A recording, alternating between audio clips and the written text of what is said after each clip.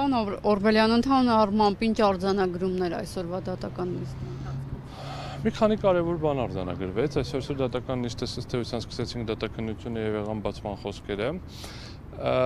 Մի քանի կարևոր բան արձանագրվեց։ Առաջինը ըստ էության, երբ որ փորձում ենք հասկանանք այդ նախնական հաղորդման մեջ, տկենի հաղորդման մեջ ներկայացված հիմքերը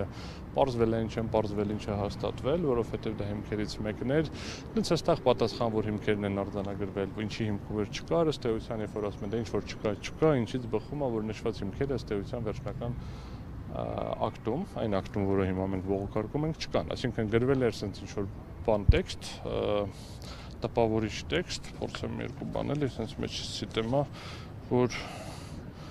լարման կարգավորման անբավարար վիճակ, խաթարվել է բաները Հրազդանի ջեկի հետ ոնց էր կենտրոնական մեկ եւ Շենգավի կենտրոնականներ միջև միացում չի իրականացվել Երևանի ջեկի անջատումներ իբրև հեծի մեղքով,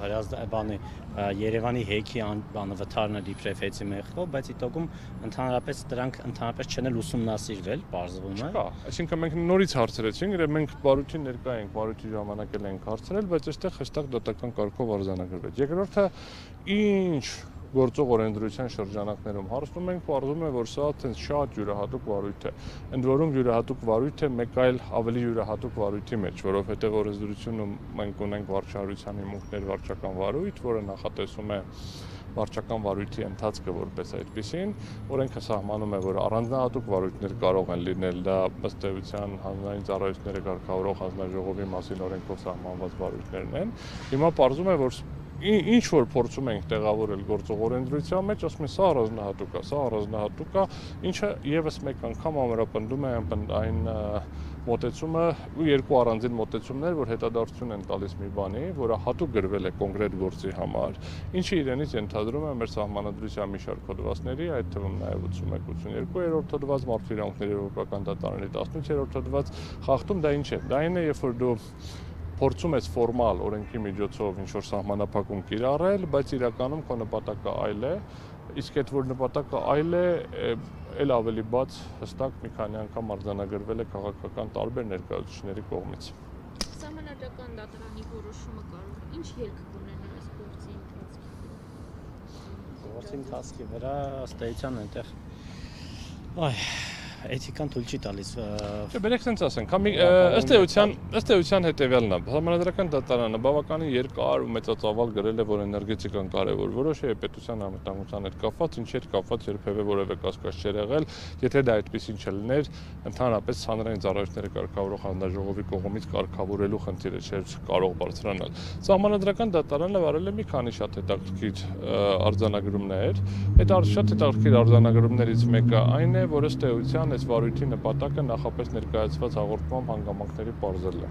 Այսինքն եւս մեկ անգամ արձանագրել է այն, ինչը որ մենք հիմա բարձրաձայնում ենք, եւ բարձրաձայնել ենք նախկինում, բարձրաձայնել ենք դրանից առաջ։ Բավականին լուրջ խնդիրներ կան, որոշումը, քանի որ տրվել է абստրակտ վերահսկողության շրջանակներում եւ դեռևս դատական վերահսկողություն տեղի չէր ունեցել, դատական պրակտիկա չկար, դատարանի կողմից գործի քննություն տեղի չէր ունեցել, մի շարք հանգամանքներ ըստ էության հաշվի առնված չեն եւ ենթադրվում է, որ դատական պրակտիկայի շրջանակներում դրանք կարող են շտկվել եւ համապատասխանաբար հակասահմանադրական չի ճանաչել օրենքի այդ դրույթները, բայց երբ որ մենք առաջնորդվում ենք սահմանադրական դատարանի կողմից ներկայացված մոտեցումներով, նույնիսկ այն նրանցով, որոնք բավականին զգուշ են գործընկերս ոնց որ ասեց էթիկան թույլ չտալիս ավել ընդլայնվելու, միևնույնն է, դրա շրջանակներում նույնիսկ հստակ երևում է, որ այս վարույթը ոչ իրավաչափ է եւ այդ ստանդարտների կիրառումը այս վարույթի շրջանակներում ենթադրում է դատարանի կողմից միայն մի որոշում՝ հայցի բավարարում, վարչական ակտի անվավեր ճանաչել։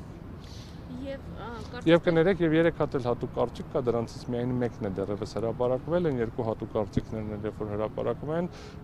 ինչի մոտ 8 դատավորից ըստ էության 6-ն են ստացվում են, որ հատուկ կարծիք չունեն, երբեք չենք իմանում ինչ ձայներով են քվեարկել, միայն գիտենք, որ հատուկ կարծիք հրապարակվելու դեպքում ենթադրվում է, միշտ չի, որ քվեարկությունը այլ է, բայց որոշումները որ հրապարակեն կիմանանք, բայց մնացածի դեպքում առնվազն ենթադրվում է, որ այստեղ միաձայնություն չի եղել։ Նաև ժամկետների խնդիր կա այս գործում, որովհետև առաջին նիստում, երբ որ սկսվեց, ասացիք, որ 2 ամսով պիտի քննվի գործը։ Խնդիրը հետևյալն է, վարչական դատավարության օրենսգիրքը ունի հատուկ կարգավորումներ եւ լիցենզիայի ձեռքելուից, սա լիցենզիայի ձեռքելու է հետ կապված գործերը պետք է քննվեն երկամսյա ժամկետում։ 2 ամիս չէ՞ թե ճիշտ եմ հիշում։ Հայցատին ստանալուց հետո երկամսյա ժամկետ։ Բայց ոնց որ չեն հասցնում, հա։ Դե այդ ժամկետի մեջ չի հաշվում ըստ էության կասեցված ժամանակը, երբ ասում ենք սահմանադրական դատարանի որոշմանը, բայց կա ժամկետի խնդիր եւ դրանով է պայմանավորված նաեւ այսօր շաբաթ օրը եւ նաեւ վաղը Կիրակի օրը դատական նիստեր ունենալը, ոնց հասկացանք նաև պետք է դատավորը հասցնի որոշում կայացնի, խնդիրը ոչ միայն բուն քննության ժամկետն է, այլ նաև որոշում հրապարակելու ժամկետը։ Առավոտյան մեծ զրույցում Պարոն Ղազենյանը ասաց, որ առանձնապես որևէ ակնկալիքներ չունի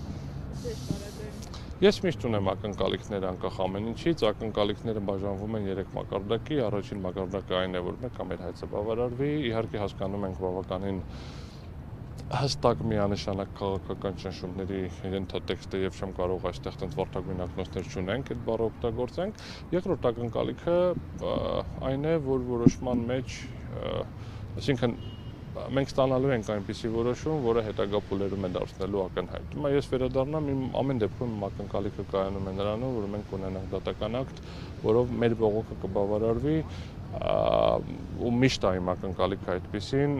որովհետև եթե հակառակ դեպքում ուղղակի դատարան գալը կլինի ընդհանրապես անիմաստ։ Բայց կրկնում եմ, նույնիսկ եթե առաջին փուլում դրական արդյունք չես ունենում, ակնկալիքը հետագա փուլերում դա կլինի հայկական ատյաններում, թե միջազգային ատյաններում արդարադատության հասնելն է։ Եվ այս պահին արդեն միջազգային ատյաններում ունենք որոշակի որոշումներ, որոնք իրենց հերթին որոնք իրենց հերթին պայմանական ասած խնդրի լուծում են, ցենց տնենք, արդեն իսկ արձանագրվել են խախտումներ, կամ խախտում չասեմ, արդեն իսկ միջանկյալ միջոցներ են կիրառվել, որոնք Հայաստանը չի կիրառում եւ արդեն միջազգային ատյաններում գործը բավականին ակտիվ քննության փուլում է։